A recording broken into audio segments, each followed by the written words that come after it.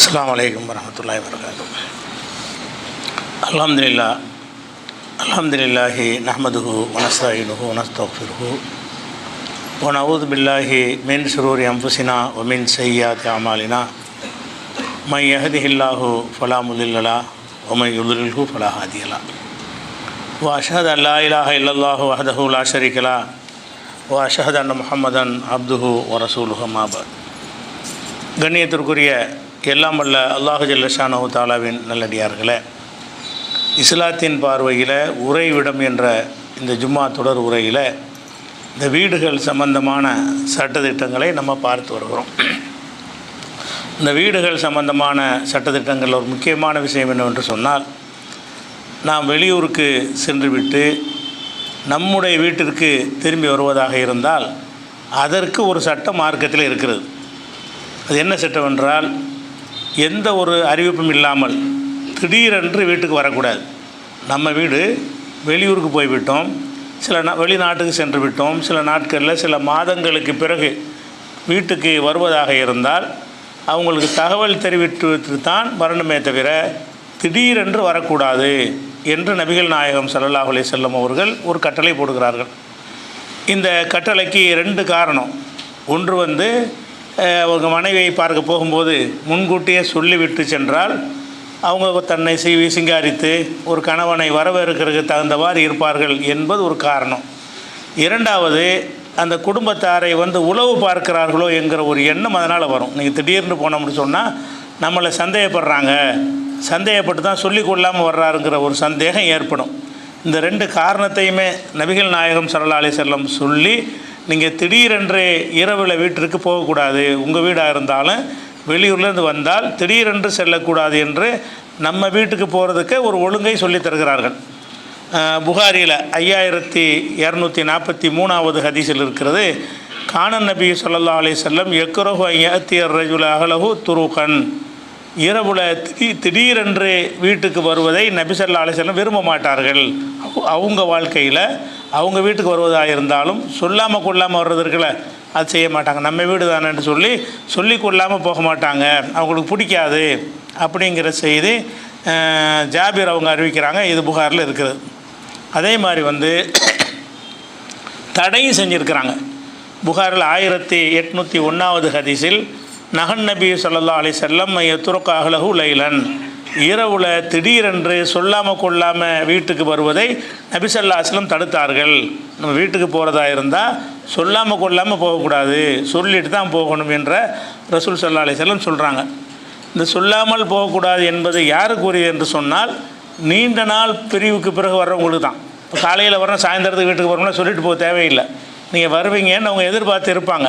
அன்றாட போக்குவரத்து அல்லது ஒரு நாள் 2 நாளில் போயிட்டு வர்ற வேலை, தொடர்ச்சியான வேலைகள் இருக்குன்னு வைங்க, டெய்லி இந்த மாதிரி தான் செய்வீங்க, அல்லது ஒவ்வொரு வாரமும் திங்கக்கிழமை வருவீங்க அப்படிங்கிற ஒரு அறிவிப்பு இருந்தால் அதுக்கு உள்ள சட்டம் இல்லை. இது எதுக்குன்னு கேட்டால், ஒரு மாதம் வெளியூர் போயிட்டீங்க, பல நாட்கள் வெளியூரில் இருக்கிறீங்க, வெளிநாடுகளில் இருக்கிறீங்க, அப்போ திடீர்னு வருவதாக இருந்தால் அது சொல்லிக்கொள்ளாமல் போகக்கூடாது என்பதை நபி ஸல்லல்லாஹு அலைஹி வஸல்லம் அவர்கள் அதை விளக்கி இருக்கிறாங்க. எப்படி செய்கிறாங்கன்னு கேட்டால், புகாரில் 5244வது ஹதீஸில், இதா தால அஹதுக்குமுல் கைபா.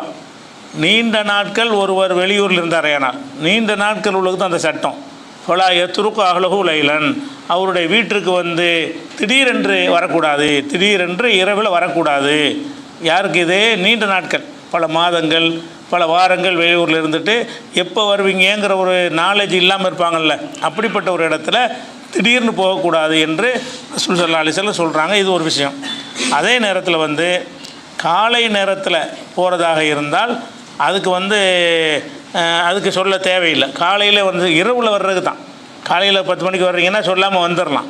இரவு நேரங்கள் என்பது தான் பலவிதமான சந்தேகங்களை மனிதனுக்கு ஏற்படுத்தக்கூடியதாக இருக்கிறதுனால, ராத்திரிக்கு வீட்டுக்கு வர்றதாக இருந்தால் நீங்கள் என்ன செய்யணும், உங்கள் வீட்டுக்கு வர்றதா இருந்தாலும் இத்தனை 10 வருவேன், 10 மணிக்கு வருவேன், 11 மணிக்கு வருவேன் என்று சொல்லி தெரிவித்து விட்டு தான் வீட்டிற்கு செல்ல வேண்டும் அப்படின்னு ரசூல் ஸல்லல்லாஹு அலைஹி வஸல்லம் சொல்கிறாங்க. அதே நேரத்தில் அனஸ் அறிவிக்கிறாங்க, கானன் நபி ஸல்லல்லாஹு அலைஹி வஸல்லம் லா யத்ருக அஹ்லஹு. அவங்க இரவில் திடீரென்று வீட்டிற்கு வரவே மாட்டார்கள். காணலா எதுகுல இல்லா குதுவத்தன் அவசியத்தன். சொல்லிக்கொள்ளாமல் வர்றதாக இருந்தால் காலையில் மாலையில் வருவார்கள். காலையில் வந்தால் நேராக போயிடலாம், மாலையில் வந்தால் நேராக அப்போ இரவில் வரக்கூடாதுன்னு சொல்கிறது காரணம் என்னென்னு கேட்டால் எல்லாம் ஒடுங்கி இருக்கிற நேரத்தில் நம்ம திடீர்னு வீட்டுக்கு போனோம்னு சொன்னால் அந்த மனைவியாக இருக்கிறவங்களுக்கு ஒரு சந்தேகம் வரும். நம்ம கூட சில சந்தேகத்துக்கு இடமானவையில் கண்ணில் சில நேரங்களில் பட்டுவிடும், பல விஷயங்கள் இருக்கிறது. அப்போ அந்த மாதிரி குடும்ப வாழ்க்கை நாசமாக போயிருங்கிறதுனால தான் நான் இன்றைக்கி நைட்டு 11 மணிக்கு வர்றேன், 12 மணிக்கு வந்துடுவேன் அப்படின்ற மாதிரி ஏதோ ஒரு டயத்தை நீங்கள் முன்கூட்டியே சொல்லிட்டு போகணும். காலை மாலையில் போகிறதுக்கு போயிடலாம். காலை மாலையில் வந்து வேறு விதமான சந்தேகங்கள்லாம் மனிதனுக்கு வராது. அப்படிங்கிற ரசூல் சொல்லலாம். ஏன்னா பூட்டிக்கிட்டு இருக்க அடைச்சிக்கிட்டு இருக்கிற ஒரு நேரம் தான், கதவுலாம் சாத்திட்டு இருக்கிற நேரத்தில் திடீர்னு போனோம்னு சொன்னால் பலவிதமான சந்தேகங்கள் ஏற்படும், குடும்ப வாழ்க்கை நாசமாக போயிடும். அதை சொல்கிறாங்க. அதே நேரத்தில் வந்து அதாவது ரசூல் ஸல்லல்லாஹு அலைஹி வஸல்லம் என்ன செய்கிறாங்கன்னா ஒரு போர்லேருந்து திரும்பி வர்றாங்க. இது நசையில் வரக்கூடிய ஒரு ஹதீஸ். அப்போ வந்தவுடனே என்ன செய்கிறாங்கன்ட்டு கேட்டால் இரவில் வந்து சேர்ந்துடுறாங்க மதீனாவுக்கு. வந்தவுடனே என்ன செய்கிறாங்கன்ட்டு கேட்டால் ஒரு தகவலை சொல்லி விட்றாங்க. வந்து வீட்டுக்குள்ளே நுழையாமல் ஊர்லேயே நுழைஞ்சி ஒரு இடத்துல அப்படி ஊருக்கு வெளியே இருப்பாங்கல்ல நுழைவாயில், அங்கேயே கொஞ்ச நேரம் தங்கி இருந்து இந்த மாதிரி ரசூலுல்லாஹ் அந்த போன படையெல்லாம் திரும்பி வருது அப்படிங்கிற ஒரு செய்தியை மதீனாவில் அறிவிக்க சொல்கிறாங்க.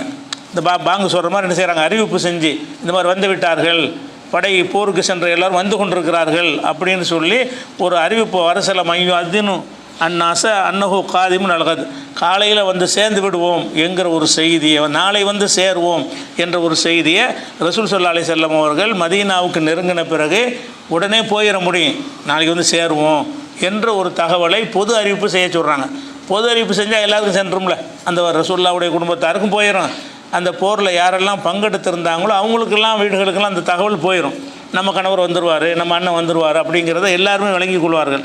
அப்போ இது வந்து நம்ம வீடுகளுக்கு செல்வதற்கு கூட அதை வந்து சொல்லிவிட்டு செல்லணும் என்பதை ஒரு ரசூலுல்லாஹ் சொல்கிறாங்க. இதுக்கு என்ன காரணம் அப்படின்னு சொன்னால் அந்த காரணத்தையும் ரசூலுல்லாஹ் சொல்கிறாங்க. என்ன சொல்கிறாங்கன்னு கேட்டால் ஜாபிர் தான் அறிவிக்கிறாங்க. இது முஸ்லீமில் வரக்கூடிய ஒரு ஹதீஸு. குன்னா மா ரசூலுல்லாஹி ஸல்லல்லாஹு அலைஹி வஸல்லம் ஃபி கஸாத்தின், நாங்கள் ரசூலுல்லாஹ்வோடு ஒரு போரில் பங்கெடுத்து கொண்டு இருந்தோம். ஃபலம்மா கதிமுனல் மதீனத்தை, மதீனாவுக்கு வந்த உடனே ரஹபுனால் நதுகுல, நம்ம உள்ளே நுழைய நாங்கள் என்ன செஞ்சோம், ஆரம்பித்தோம். மதீனாவுக்கு நுழைஞ்ச உடனே வேக வேகமாக வீட்டை நோக்கி போக ஆரம்பிக்கிறோம். கால ரசூலுல்லாஹ் சொல்கிறாங்க, அமுகிலு, கொஞ்சம் வெயிட் பண்ணுங்கள், உடனே நுழையாதீங்க. ஹத்தா நதுகுல லைலன், கொஞ்சம் இருட்டின பிறகு நம்ம போவோம். சாயந்தரத்துக்கு வந்துடுறாங்க. வந்த உடனே எல்லாரும் வீடுகளுக்கு போக தான் ஆசைப்படுவாங்க. அந்த ஆசைப்பட்டு போக நினைக்கும் போது ரசூலுல்லாஹ் சொல்கிறாங்க, கொஞ்சம் வெயிட் பண்ணுங்கள், கொஞ்சம் நேரம் சென்று போவோம் என்று என்ன தகவல் சொல்லி விட்டாச்சு. எதுக்கு செய்கிறாங்கன்னு கேட்டால் கை தம்ஷத்தி தஷாயிசத்து ஓ தஸ்தஹித்தல் முகைபத்து, அந்த கணவனை பிரிந்திருந்த ஒரு பெண் தன்னை சீவி சிங்காரித்து அலங்கரித்து கொள்வதற்காக. நீங்கள் திடீர்னு போனீங்கன்னா பரட்டையாக இருப்பாங்க, கணவன் தான் இல்லையே அப்படிங்கிற மாதிரி ஒரு ட்ரெஸ்ஸை போட்டிருப்பாங்க, கணவன் இல்லைங்கிற மாதிரி தலைக்கு எண்ணெய் கூட வச்சுருக்க மாட்டாங்க. இப்படி பலவிதமான கோலத்தில் இருக்கணும். அப்போ குடும்ப வாழ்க்கைன்னு சொன்னால் நீங்கள் கணவன் போகும்போது மனைவி வந்து ஒரு மலர்ந்த முகத்தோட ஒரு அழகிய தோற்றத்தோடு உங்களை வரவேற்றா தான் உங்களுக்கு ஒரு மனநிறைவு ஏற்படும். அந்த ஒரு காரியத்துக்கு தான் ரசூலுல்லாஹ் சொல்கிறாங்க. நம்ம சொல்லி அனுப்பிட்டோம், உடனே போகாதீங்க, அவங்க தங்களை தயார்படுத்தி கொண்டு ஒரு அலங்கரித்து இருக்கட்டும். இந்த அலங்கரித்தல் மூலமாக அந்த கணவனை சந்தோஷப்படுத்துவாங்க.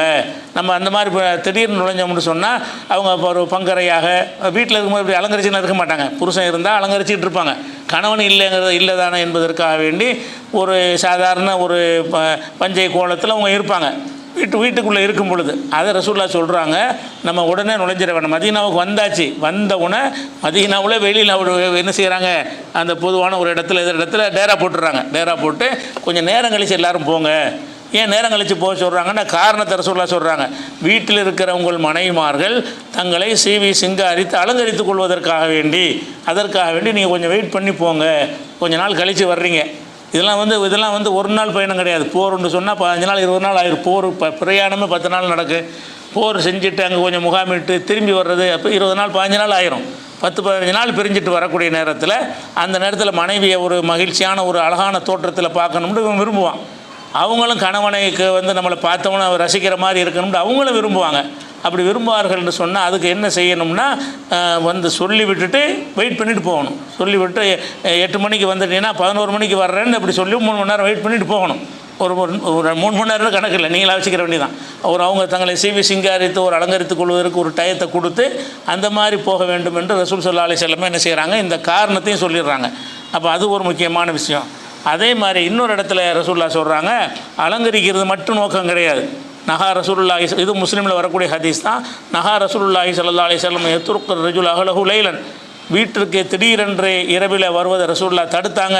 எதற்காக என்று சொன்னால், யதஹவ்வனுஹும் அவ் யல்தமிஸ் அஸராத்திஹிம், அவங்கள உளவு பார்ப்பதற்காக வேண்டி. மனைவிமார்கள் என்ன செய்கிறது, உளவு பார்க்குறதுக்காக வேண்டி திடீர்னு போவோம், என்ன செய்கிறான்னு பார்ப்போம், வீட்டில் இருக்கிறாளா, எங்கேயாவது போயிட்டாளா, இப்படிங்கிறதுக்காக வேண்டி திடீர்னு போய் செக் பண்ணுறது. அந்த மாதிரி அவங்களுடைய குறைகளை துருவி ஆராய்வதற்காக வேண்டி திடீர்னு சொல்லாமல் போயிடாதீங்க அப்படின்னு சொல்கிறாங்க. அப்போ குறிப்பாக இந்த குடும்ப வாழ்க்கையில் இது ரொம்ப முக்கியமான ஒரு போதனை. குடும்ப வாழ்க்கையில் ஒவ்வொரு கணவனும் சரி மனைவியும் சரி நம்பிக்கையில் தான் வாழ்க்கை நடத்தணும். துருவி என்ன செய்யக்கூடாது, ஆராயக்கூடாது. துருவி ஆராய்ஞ்சால் நரகமாக போயிடும். அதை கணவனும் சரி மனைவியும் சரி ஒருவர் நம்பி வாழ்க்கை நடத்தணும். கண்ணுக்கு முன்னாடி தெரிய வந்தால் அதுக்கு தகுந்தவாறு முடிவு எடுத்துக்கொள்ளலாம். அது இல்லாத வரைக்கும் என்ன செய்யணும்னு கேட்டால், துருவி என்ன செய்வாங்கன்னா, வீடுகளில் பெண்கள் என்ன செய்வாங்கன்னா, சட்டை எப்படி நீங்கள் வெளியே போயிட்டீங்கன்னா என்னென்ன வச்சுக்கிறீங்க, பெட்டியை திறந்து ஏதாவது தப்பானது இருக்கான்னு தேடுவாங்க. பெண்கள்கிட்ட ஒரு தன்மை. ஆண்கள் என்ன செய்வாங்கன்னா, அந்த மாதிரி என்ன செய்கிறது, ஒளிஞ்சிருந்து பார்க்குறது, அது மாதிரி பல சோதனைகளை பண்ணி மனைவி சந்தேகப்பட்டு. அப்போ சந்தேகப்பட்டுக்கிட்டு வாழக்கூடாது. ரசூலுல்லாஹ் என்ன செய்கிறாங்கன்னா, திடீர்னு ராத்திரிக்கு போகிறீங்கன்னு சொன்னால் அதுக்கு என்ன அர்த்தம், உளவு பார்க்க உங்கள் மனைவி தானே, உளவு பார்க்க எதுக்கு போகிறீங்க, வர்றேன்னு சொல்லிட்டு போங்க, அவ்வளோதான். திடீர்னு போனீங்கன்னு சொன்னால் வேறு ஏதாவது ஒரு விஷயத்தை கூட ஒரு திருடன் கூட அந்த வீட்டு வாசல்லேருந்து ஓடி இருப்பான். உங்களுக்கு என்ன நினைப்போகிறேன், நம்ம வீட்டில் ஒருத்தன் வந்துட்டு போகிறான்னு அப்படி நினைப்போகிறோமா இல்லையா? திடீர்னு வீட்டுக்கு போகிறோம், நம்ம வீட்டு வாசலில் ஒருத்தன் என்ன செய்கிறான், நம்மளை கண்டோன்னு ஒருத்தன் ஓடுறான். நமக்கு அவன் திருடுறதுக்கு வந்திருப்பான். நம்ம என்னக்கு நினைப்போகிறேன், நம்ம வீட்டு வாசலில் இது நம்ம வீட்டில் இல்லை, இவன் அங்கேருந்து வாசலில் ஓடுறானப்போ இங்கே வீட்டில் இருந்தால் சந்தேகம் வருமா இல்லையா? அந்த மாதிரி உள்ள விஷயங்களாக இருக்கிறதுனால ரசூலுல்லாஹ் என்ன செய்கிறாங்கன்னா, சொல்லிவிட்டு அறிவித்துட்டு போனீங்கன்னா அவங்க லைட்டை போட்டு அலாட்டாக இருப்பாங்க. அப்போ அந்த மாதிரியான பல விஷயங்கள் இருக்குது குடும்ப வாழ்க்கையில். இந்த தன்மையெல்லாம் இருக்குது. ஒவ்வொரு கணவனும் மனைவி ஃபோனை நோண்டு, அவங்க ஃபோனை எடுத்து இவங்க பார்க்குறது கள்ளத்தனமாக சரியாக இருக்கும், பார்த்துக்கிற வேண்டியது. அவன் எதை காட்ட விரும்பலையோ அதை போய் நோண்டிகிட்டு இருக்கக்கூடாது. அவள் எதை அவள் பர்சனலாக வச்சுக்கிறாள் அதை போய் காட்டிகிட்டு இருக்க தேவையில்லை. தோண்டி துருவி விசாரிக்கிறது என்பது சந்தேகம் வந்து கடைசியில் குடும்ப வாழ்க்கையை நிம்மதி இல்லாமல் போயிடும். அதனால் எல்லா வகையிலும் என்ன செய்யக்கூடாதுன்னா, யாரும் துருவவே கூடாது. துருவி ஆராய்தல் என்பது கடுமையான ஒரு குற்றமாக. மனைவியை கூட துருவக்கூடாதுங்கிறாங்கல்ல. திடீர்னு சொல்லாமல் கொள்ளாமல் போகிறதுங்கிறது எதுக்காக போகக்கூடாது, அவங்க அலங்கரித்து கொள்வதற்காக வேண்டியும் தகவல் தெரிவிக்கணும். ஒன்று அது மட்டும் காரணம் இல்லை. ரெண்டாவது காரணம் என்னென்னு கேட்டால், எல்தமிஸ் அஸராத்திஹிம், அவங்களுடைய குறைகளை தேடுவதற்காக வேண்டி, அதாவது உளவு பார்ப்பதற்காக வேண்டி நீங்கள் திடீர்னு போயிடாதீங்க. திடீர்னு போனால் மாட்டுவா, ஏதாவது ஒன்றில் சினிமாவுக்கு போயிருப்பா, அம்மா வீட்டு கூட போயிருப்பா, திடீர்னு போவீங்க. அப்போ என்ன செய்வோம், எங்கே போனான்னு தெரியும், இங்கே வருமா இல்லையா, பல விஷயங்கள் இருக்கு. அவங்க சாதாரண மார்க்கத்தில் அனுமதிக்கப்பட்ட ஒரு விஷயத்துக்கு கூட போயிருப்பாங்க. ஆனால் உங்களுக்கு நம்பிக்கை வராது. ஏன்னா அம்மா வீட்டுக்கு தான் அம்மா வீட்டுக்குலாம் நீ போகல, எங்கே போயிட்டு வர்ற அப்படின்லாம் சொல்லுவாங்க தேவையில்லாமல். அப்போ குடும்ப வாழ்க்கையில் நம்ம மகிழ்ச்சியாக இருப்பதாக இருந்தால், கணவனாக இருந்தாலும் சரி மனைவியாக இருந்தாலும் சரி 100% நம்பணும். மனிதர்கள் தான். அதனால் நம்பணும்னு நடத்த நமக்கு எந்த ஒரு விஷயங்கள் குறை வெளியே தெரியும் போது அதுக்கு தகுந்தவாறு முடிவு எடுக்கணும். எது தெரியலையோ அதை போய் தோண்டி துருவி அதில் உள்ள நுழைஞ்சு பார்த்துன்னு இருந்தோம்னு சொன்னால் நிறைய குடும்பங்களில் இந்த ஒரு பிரச்சனைகளால் தான் பஞ்சாயத்தை வருது. நீங்கள் ஜமாத்துகளில் விசாரித்து பாருங்கள், பஞ்சாயத்து எங்கே வரும்னு கேட்டால் அவர் ஒருத்தருடைய அந்தரங்கத்தை ஒருத்தர் தோண்டி துருவி விசாரிக்கிறதுல தான் பஞ்சாயத்தை வருகிறது. அது பேசாமல் விட்டுற வேண்டியதான். அதெல்லாம் யாரும் கேரண்டியாக சொல்ல முடியாது. இப்போ கல்யாணம் பண்ணுறான், ஒருத்தர் ஆணும் பெண்ணும் கல்யாணம் பண்ணுறாங்க. கல்யாணத்துக்கு முன்னாடி இவனுக்கு பலவிதமான தொடர்புகள் இருக்கலாம். இன்றைய உலகத்தில் பெண்களாக இருந்தால் கூட அவங்களுக்கும் பலவிதமான தொடர்புகள்லாம் இருக்கலாம் என்பது தான் யதார்த்தமாக உள்ளது. இருக்கவும் செய்யலாம், இல்லாமல் இருக்கலாம். அப்படிப்பட்ட ஒரு நிலையில் இருக்கும்போது கல்யாணம் பண்ணிவிட்டு அங்கே அப்படி இருக்குமோ இப்படி இருக்குமோனா முடிஞ்சு வச்சுக்காத. அப்படி நம்ம வாழக்கூடாது. எது வெளிப்படையாக இருக்குது, ஆதாரத்தோடு சொல்கிறாங்களா, இந்த மாதிரி உங்கள் கணவரை இந்த மாதிரி ஒரு இடத்துல நான் பார்த்தேன், உங்கள் மனைவி இந்த மாதிரி நான் பார்த்தேன்னு சொல்லி அது உறுதி செய்யப்பட்டு ஒரு ஆதாரத்தோடு நமக்கு கிடைக்க வறுமையானால் அப்போ நம்ம என்ன முடிவு எடுக்கணுமோ எடுத்துக்கொள்ளலாம். அது அந்த என்ன மாதிரி அறிவுரை சொல்வதா அல்லது வேறு மாதிரி விலகி விடுவதா, அது உங்களுக்கு விருப்பமான முடிவை நீங்கள் எடுத்துக்கொள்ளலாம். ஆனால் நம்ம தேடி தெரியலாமா, குறிப்பாக கணவன் மனைவி தேடி தெரியலாமான்னா தெரியக்கூடாது. அப்படிங்கிறதுக்கு தான் நம்ம வீடுகளுக்கு போகிறதுக்கே ரசூல் ஸல்லல்லாஹு அலைஹி வஸல்லம் அவர்கள் இந்த மாதிரியான ஒரு வழிமுறையை காட்டி தருகிறார்கள். அதுக்கடுத்து இன்னொரு விஷயம் என்னென்னு கேட்டால், நம்ம வெளியூருக்கு போயிட்டாங்கன்னு சொன்னால் அநியாயத்துக்கு ஒரு தாமதப்படுத்தக்கூடாது. வேலை முடிஞ்சவொன்னே ஓடியாந்துடணும். ஒரு 10 நாள் வேலையாக போகிறோம், 10 நாள் வேலை முடிஞ்சிருச்சுன்னு சொன்னால் நம்முடைய கவனமெல்லாம் என்னவாக இருக்கணுமா, வீட்டுக்கு எப்போ போகணுங்கிறலாம் இருக்கணும். வேலை முடிஞ்சு இன்னொரு 3 நாளைக்கு சுற்றிட்டு போவோம் அப்படின்னு லேட் பண்ணி ஒரு வேலைக்காக போகிறீங்க, அந்த வேலை முடிஞ்சிருச்சு 5 நாளில் அல்ல 3 நாள் முடிஞ்சு போச்சு, மேற்கொண்டு ஒரு 3 நாள் இருந்துட்டு லேட்டாக வரலாமான்னு கேட்டால் அதுவும் நீங்கள் செய்யாதீங்க. முதல் எதுக்குன்னு கேட்டால், ரொம்ப நாள் பிரிஞ்சு இருக்கும் பொழுது மனிதன் வந்து என்ன செய்வான்னா தப்பு செய்ய வாய்ப்பு இருக்குது. அதிக நாட்கள் பிரிஞ்சிருந்தீங்கன்னா அவர் மனைவியை தேட ஆரம்பிக்கும். அந்த நேரத்தில் நீங்கள் வாட்டு இன்னும் பிரிவு அதிகரிச்சிங்க என்று சொன்னால் ஒரு சந்தர்ப்பம் இல்லாட்டி ஒரு சந்தர்ப்பத்தில் வழிகட்டு போவதற்கான வாய்ப்பு இருக்கிறதுனால அதையெல்லாம் கருத்தில் கொண்டு ரசூலுல்லாஹ் சொல்கிறாங்க. அஸ்ஸஃபரு கிதாத்தும் மினல் அதாபி. புகாரில் 1804 ஹதீஸில் இருக்கிறது. அஸ்ஸஃபரு பிரயாணம் என்பது கிதாத்தும் மினல் அதாப், அது ஒரு அதாபுடைய ஒரு வகை. பிரயாணங்கிற ஒரு நரக வேதனை தானே. சொந்த வீட்டில் இருக்கிற மாதிரியான ஒரு நிம்மதி ஒரு நிறைவுலாம் பிரயாணத்தில் இருக்காது. பிரயாணங்கிற ஒரு அதாப். அந்த காலத்தில் எனக்கு கூடுதல் அதாபாக இருக்கும். இந்த காலத்தில் ஏசி பஸ்ஸில் ஏறி உட்காரோம், ஃப்ளைட்டில் உட்காரோம், அதாப் மாதிரி நமக்கு தெரியலை. அந்த காலத்தில் சஃபர்னால அதாப்புனா வேதனை. சஃபர் பிரயாணம் என்பது ஒரு வேதனை தான். ரசூலுல்லாஹ் சொல்கிற பிரயாணம்னு சொன்னால் புத்தகத்தில் ஏறி குதிரையில் ஏறி அந்த வெயில் பூரா நம்ம தலையில் தான் படும். அந்த மாதிரி இருக்கும். தண்ணி கிடைக்காது, நாக்கெல்லாம் வறண்டு போயிடும், ஒதுங்க இடம் இருக்காது. இப்படியெல்லாம் பிரயாணம் பண்ணி போவாங்கள்ல.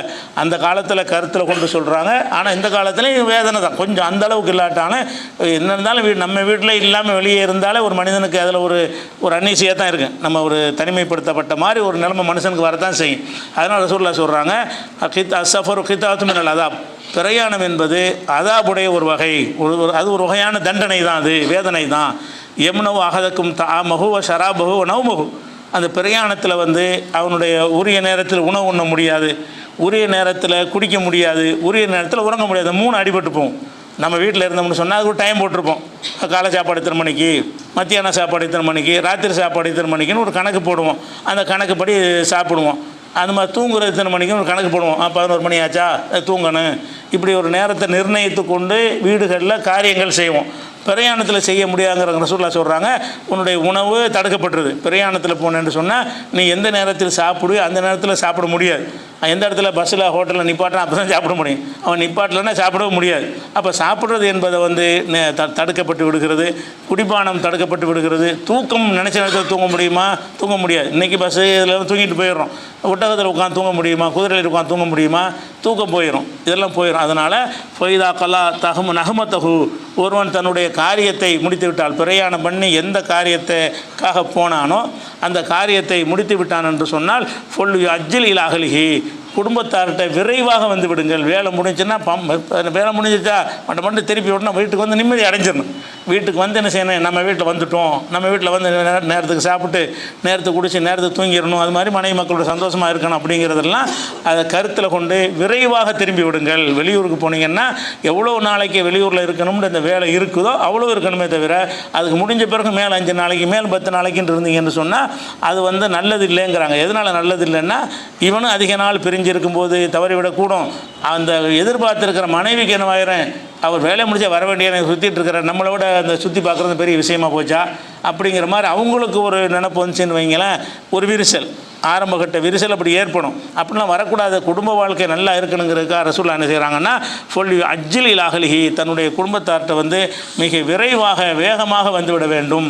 அப்படிங்கிறது இந்த வீடுகளுக்கு நம்ம போகிறதுக்கு உரிய ஒரு சட்டமாக ரசூல் ஸல்லல்லாஹு அலைஹி வஸல்லம் சொல்லி தர்றாங்க. அதனால் வீடுகளுக்கு நம்ம வீட்டுக்கு போகிறதா இருந்தாலும் சொல்லிட்டு போனதுக்கு பழக்கத்துக்கு பகல்றதுக்கு தேவையில்லை. குறுகிய நேரத்துக்கு உள்ளதெல்லாம் அங்கே தேவையில்லை. அல்ல நிர்ணயித்த ஒரு டயத்துக்கு நம்ம போகிற வழக்கம் வச்சுருக்கோன்னு வைங்க, அப்போ தேவையில்லை. கணவர் 11க்கு வருவார், கணவர் ஒரு வெளியூரில் வேலை செய்கிறாரு, வெள்ளிக்கிழமை காலையில் 10 மணிக்கு வீட்டில் நிற்பார், அப்படிங்கிற மாதிரி ஒரு நிர்ணயித்த ஒரு டைம் இருந்துச்சுன்னு சொன்னால் சொல்லிட்டு போக தேவையில்லை. அதுக்குன்னு ஒரு ப்ரோக்ராமை வச்சுருக்கணும், ஷெட்யூல் இருக்குல்ல. அந்த மாதிரி இல்லாமல் திடீர்னு போகிறதா இருந்தால் அதை நீங்கள் தவிர்த்துக்கிறங்கன்னு ரசூல் ஸல்லல்லாஹு அலைஹி வஸல்லம் சொல்கிறாங்க. இது வந்து அந்த வீடுகளுக்கு போகிற விஷயத்தில் கவனிக்க வேண்டிய ஒரு விஷயம். அடுத்ததாக வந்து நம்ம வீடு கட்டுறோம். வீடு கட்டுறதாக இருந்தால் அந்த வீட்டில் வந்து பல விதமான வசதிகளை செஞ்சுக்கிறோம். படுக்கைக்கு ஒரு ரூம் வச்சுக்கிறோம், கிச்சன் ஒன்று வச்சுருப்போம், ஹால் வச்சுருப்போம். இந்த காலத்துக்கு என்னென்ன வசதி இருக்குதோ அதெல்லாம் செஞ்சுக்கிறோம். வசதி எல்லாம் தந்திருந்தான்னு சொன்னால் நம்ம வீட்டுக்குள்ளேயே தொழுகைக்குன்னு ஒரு இடத்தை ஒதுக்கி மஸ்ஜிதுன்னு சொல்லி, வசதி உள்ள இது எல்லாருக்கும் சாத்தியப்படாது. வாடகை வீட்டில் இருக்கவங்களும் சாத்தியப்படாது. சொந்த வீட்டிலேயே வந்து இப்போ இந்த பெரிய சிட்டிகளில் மண்ணடி மாதிரி ஏரியாவில் இருக்கிறவங்களும் சாத்தியப்படாது. ஏன்னா சின்ன சின்ன ஏரியாக்கள் தான் வச்சுருக்குறோம். அது கடல் மாதிரி கொஞ்சம் பெரிய இடங்களாக இருந்துச்சுன்னு சொன்னால், அதுக்கு வாய்ப்பு இருந்துச்சுன்னு சொன்னால் அதுக்கு தொழுகைக்குன்னு ஒரு இடத்தை அமைத்து கொள்ளலாமான்னா அப்படி அமைத்து கொள்ளலாம். அமைத்து கொள்வது வீட்டில் ஒரு பள்ளிவாசல், வீட்டுக்குள்ளே ஒரு பள்ளி. எதுக்குன்னா ஜமாத்துலாம் போனது போக சுன்னத் தொழுவதற்காக வேண்டி சுத்தமான ஒரு இடம் அதுக்குன்னு ஒதுக்கப்பட்ட ஒரு பிரேயர் ஹாலுங்கிறதுல சில இடங்களில் வச்சு கட்டுறாங்க. வசதியானவங்க இன்னைக்கு கட்டும்போது என்ன செய்கிறாங்க, பிரேயர் ஹால்னு ஒரு இடத்த வந்து ஒதுக்கி வச்சுருக்கிறாங்க. அது பல வகைக்கு நல்லது. பெண்கள் தொழுவதற்கும் சரி, அந்த இடத்துல வந்து சுத்தமாக வச்சுருந்தோம்னா பிள்ளைகள்லாம் போகாமல் அசுத்தப்படுத்தாமல் அது கொஞ்சம் க்ளீனாக வைத்திருக்க வாய்ப்பு இருக்குது. வேறு மதத்துக்காரங்கள் கூட பூஜை அறைன்னு வச்சுருப்பாங்க. மற்ற மதங்களில் பூஜை செய்வதற்காக வீடு கட்டினாங்கன்னா பூஜை அறைன்னு ஒன்று வச்சுருப்பாங்க.